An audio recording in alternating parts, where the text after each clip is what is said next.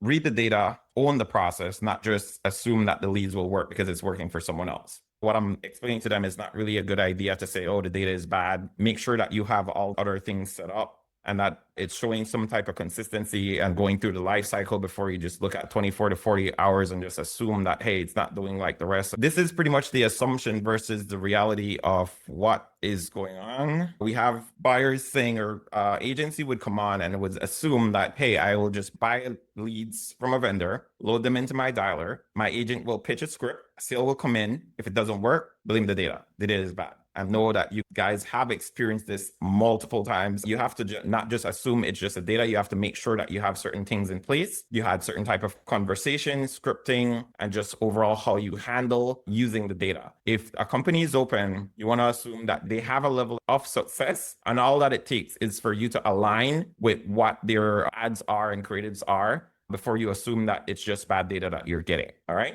So to make it work, first of all, you have to verify that your leads vendor is actually selling you opt-in leads verified by the vendor. They will discuss DBA, doing business as, consent chains, and contact rights with the vendor. You'd want to get all the legals out the way. You want to make sure that the dialer is actually set up properly, and the script must match how the lead is brought in. Not assume that you'll just say something and everyone will bite because that's what you're saying. Leads come in different types of way, and you need to align with the customer journey. And very important that they need to make it work is to learn to read disposition, because the disposition tells the story of what's going on.